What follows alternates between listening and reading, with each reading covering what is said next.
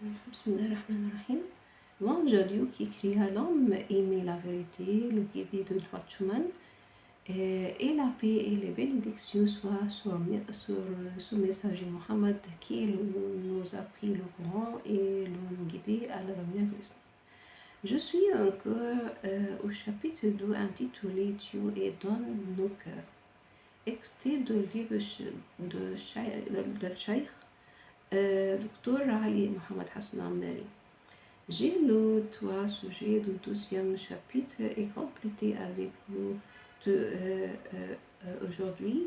Les 4e et 5e sujets étant partie du 6e sujet et nous terminerons ce dernier plus tard. Le tour dit, le 4e titre, les versets de la sourate des Byzantines. Dieu, gloire à lui, dit dans cette sourate, car on malheur frappe les hommes et l'implore leur Dieu, revenant à lui. Mais car il leur accorde miséricorde, voici qu'un groupe d'entre eux lui donne des associés.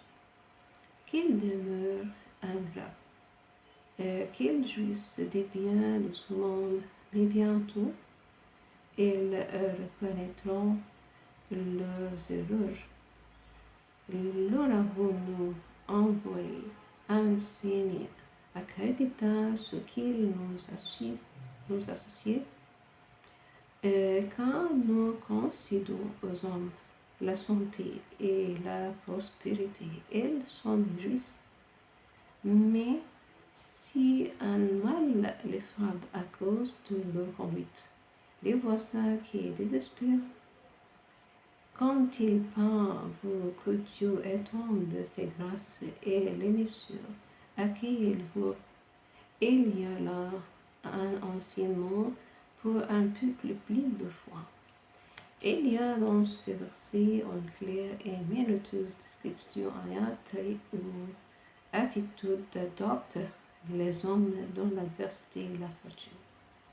Lorsqu'un malheur frappe les hommes, ils implorent Dieu sincèrement, mais quand il comble de sa grâce sous forme de richesse, de santé ou de sécurité, certains d'entre eux reconnaissent ses bienfaits divins alors que d'autres lui donnent des associés.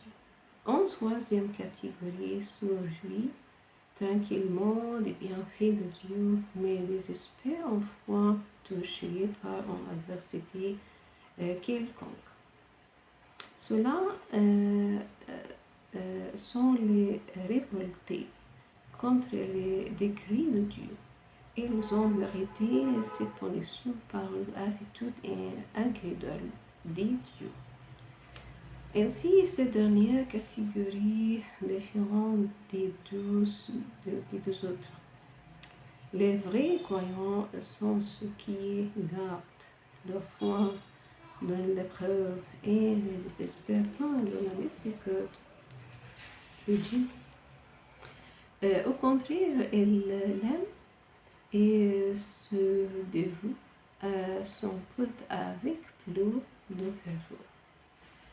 Dans les versets récités en œuvre, à part la description de ces différentes attitudes devant le bonheur et le malheur, l'ingratitude des fortunes qui donnent à Dieu des associés, la menace que Dieu leur adresse par souverainement versé.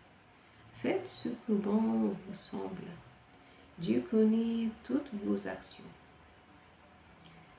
Cette ingratitude attirera sur vous la disgrâce.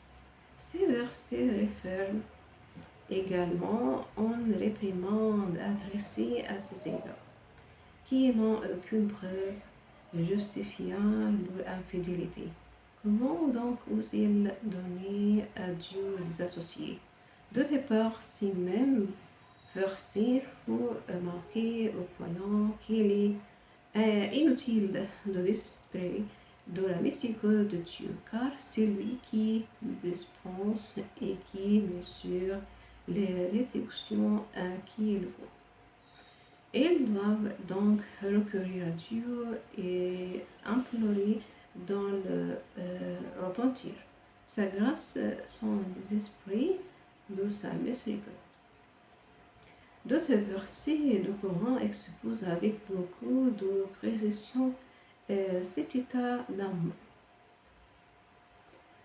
La joie donne la fortune et le désespoir donne l'infortune. Ainsi, tu vois lui, dit dans la sourate de pèlerinage, il est des hommes à la fois indécis.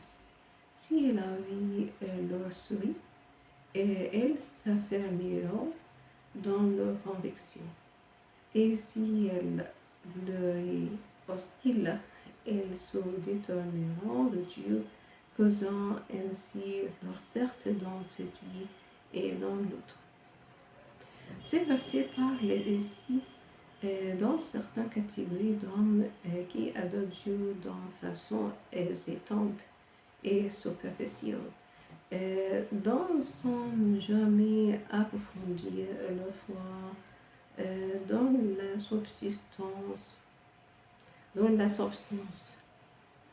même de la religion. Le Scambien échoua à l'hindou, ils s'en réjouit tranquillement. Mais cette tranquillité est d'épreuve de tout fondement.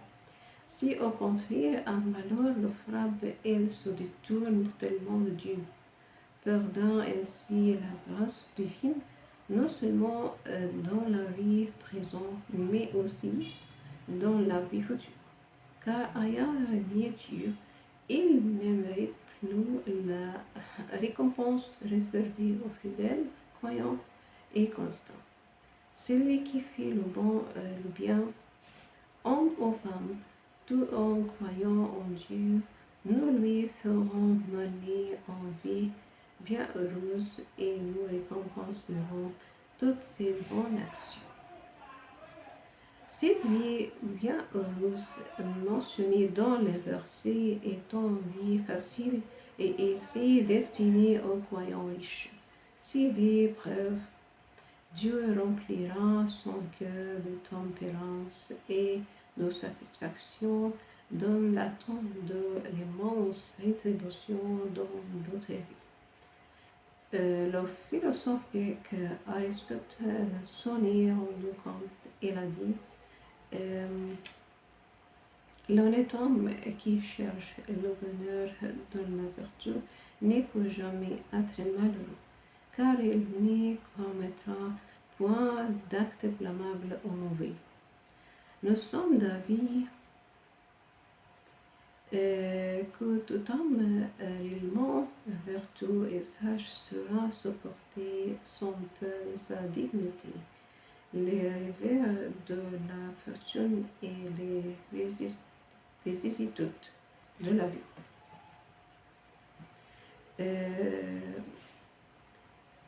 Le sujet 5. Les versets relatifs au recours à Dieu et au détachement de Dieu furent révélés à la Mecque. D'autres versets coraniques parlent également de ces attitudes humaines susmentionnées et les étudient un à un. On y trouve plus un exemple pratique dans l'histoire des peuples antérieurs aux contemporains du prophète. Les sourates microises sont destinées surtout à fixer l'unicité de Dieu dans le cœur et à extirper tout soupçon qui pourrait troubler le pur monothéisme. Si les croyants se détournent de Dieu dans le bonheur, c'est là en faiblesse de foi et de croyance. Si au contraire cette attitude provient des âmes fidèles, c'est alors en persévérance dans l'impiété, témoignant de la perfidie des hommes et de la corruption des cœurs, car ces ingrats ont égard à Dieu dans le malheur, ce qui révèle le degré de leur insolence et preuve qu'au fond d'eux-mêmes, ils reconnaissent l'existence de Dieu, créateur des cieux et de la terre. Le Trioute affirme d'eux-mêmes, dit, si tu le demandes, qui a fait descendre du ciel de l'eau pour faire revivre de la terre, après sa mort, il te dira Dieu. Cette conduite, bien qu'au général, chez tous les hommes, était plus manifestement répandue dans la société mécoise avant établi la mission du prophète.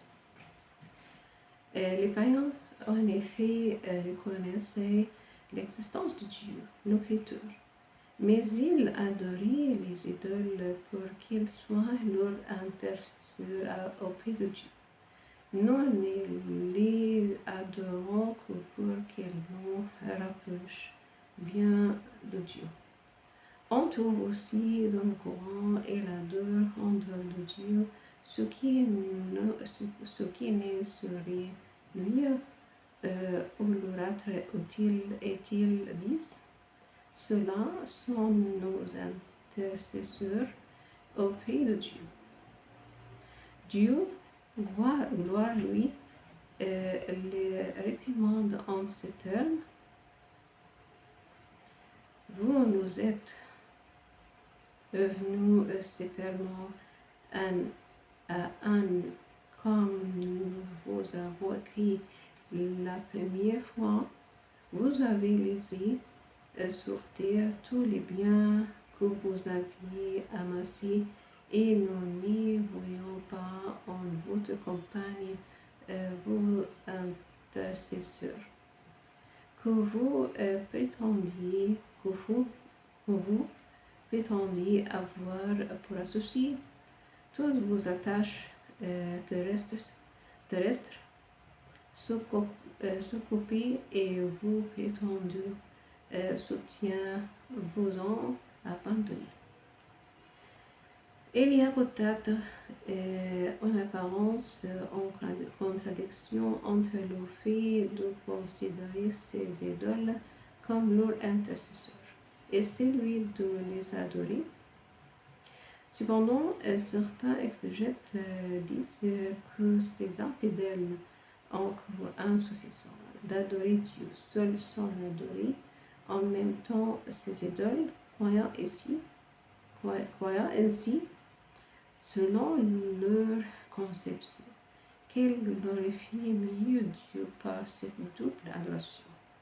Cependant, il semble que cette explication se rapporte aux premiers païens qui, en effet, considéraient ces idoles comme leurs intercesseurs.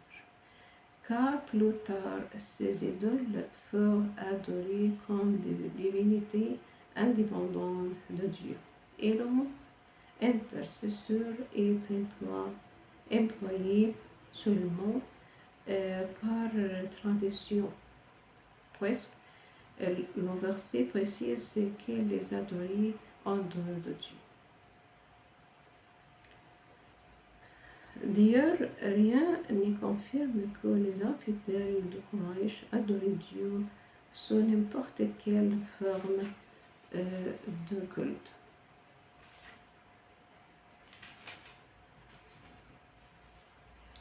En effet, celui qui adore une idole en la considérant comme son intercesseur auprès de Dieu ne peut pas négliger l'adoration de Dieu. Au contraire, il doit l'adorer avec ferveur.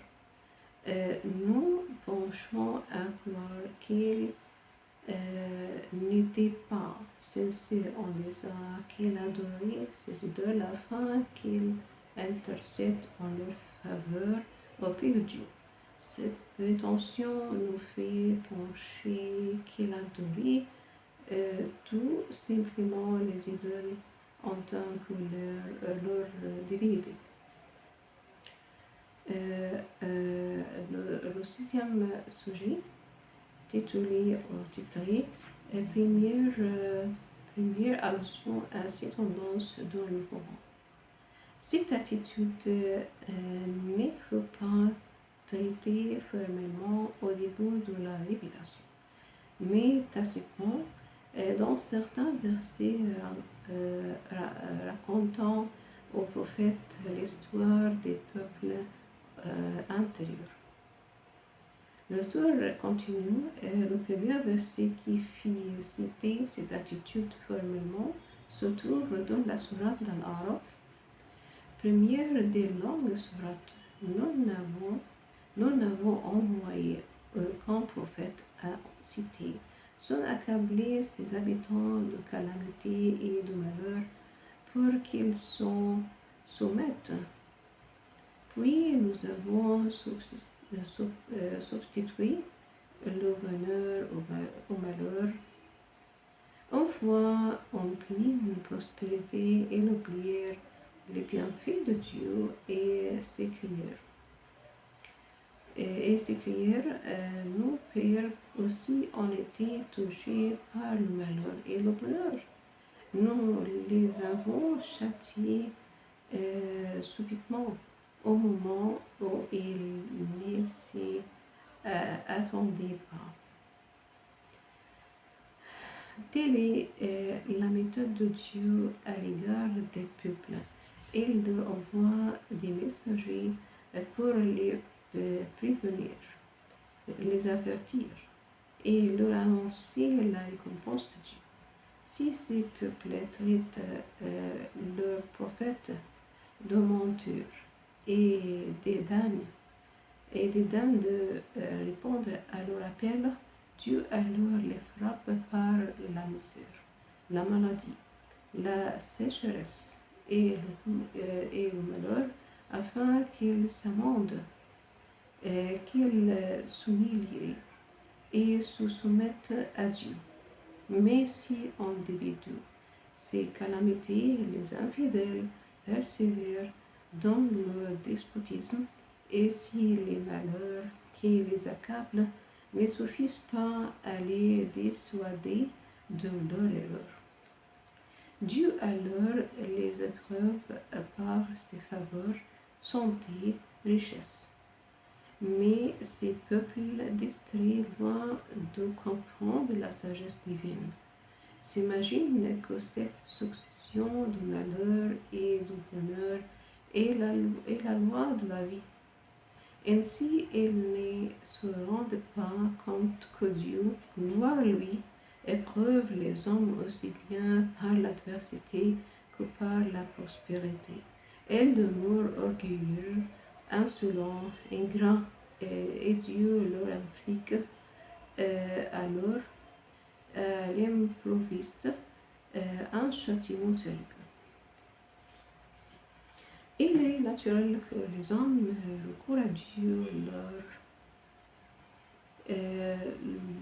lorsque les malheurs les frappent, comme il est naturel qu'ils obéissent à Dieu et le remercient lorsqu'il les comble de ses faveurs et leur restitue santé et richesse.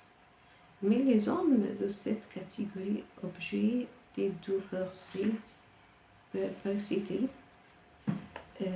posséder des âmes insensibles et d'un caractère pétri dans l'orgueil et l'ingratitude, les empêchant de voir la réalité, de sentir la foi en nous-mêmes. Et c'est là, juste titre qu'il faut terriblement châtier à l'improviste.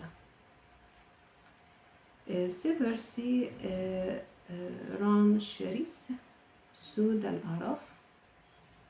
Ces générations ne se sont soumises que sous la rigueur de l'épreuve divine. La dureté l'autorité de leur cœur et le démon qui a embelli leurs œuvres à leurs yeux sont la cause de cette conduite. Au lieu de réfléchir sur le sens de cette épreuve, ces infidèles persévèrent dans l'impiété et oublièrent de tirer en leçon de ce rivers imprévu de la fortune. Dieu les combla ensuite de ses faveurs, richesses et santé, afin qu'ils salissent et le remercient. Mais ce bonheur accrut leur orgueil, les éloigna de la voie de Dieu. Dieu les frappa soudain au moment où ils ne s'attendaient pas, les extermina, les extirpa et débarrassa ainsi la terre de l'injuste et de l'orgueil. Louange à Dieu, le Dieu de l'univers, pour la victoire des prophètes et la disparition des impies. Observons que ces versets dans l'Araf commencent par une phrase négative. Nous n'avons envoyé aucun prophète à en citer. Cette négation est destinée à faire comprendre que dans toute cité, il faut envoyer un prophète. Il y avait parmi ses habitants une catégorie de gens ingrats et d'infidèles que Dieu devait frapper alors par la disgrâce, puis les éprouver en leur prodiguant ses bienfaits pour les châtier ensuite à cause de leur ingratitude. Certains exégètes expliquent cette négation en disant qu'il s'agit là de cités destinées à périr, quand à celles qui n'ont pas péri, leurs habitants n'ont pas agi de la sorte. D'autres expliquent que les versets sous-entendus en catégorie d'infidèles. Les versets de la sourate de la famille d'Imran ne contiennent pas cette négation car ils sont catégoriques.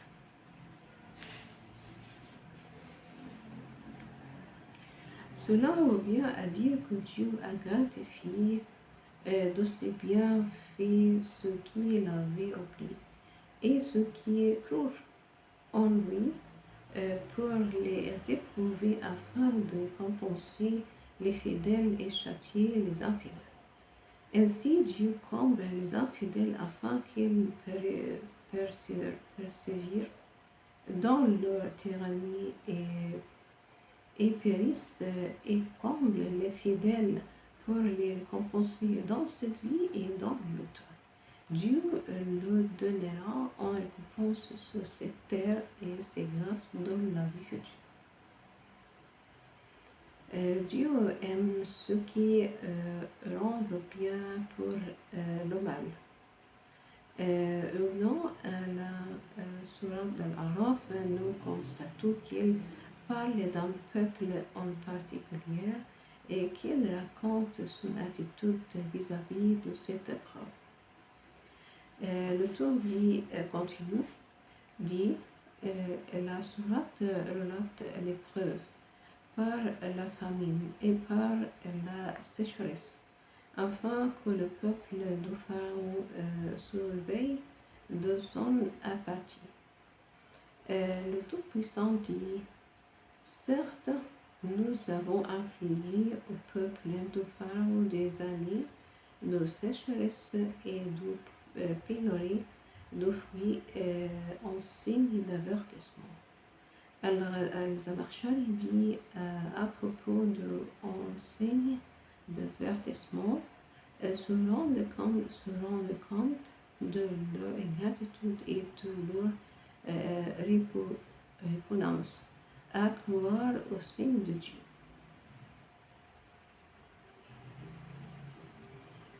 C'est ça pour cet épisode. Au revoir, merci.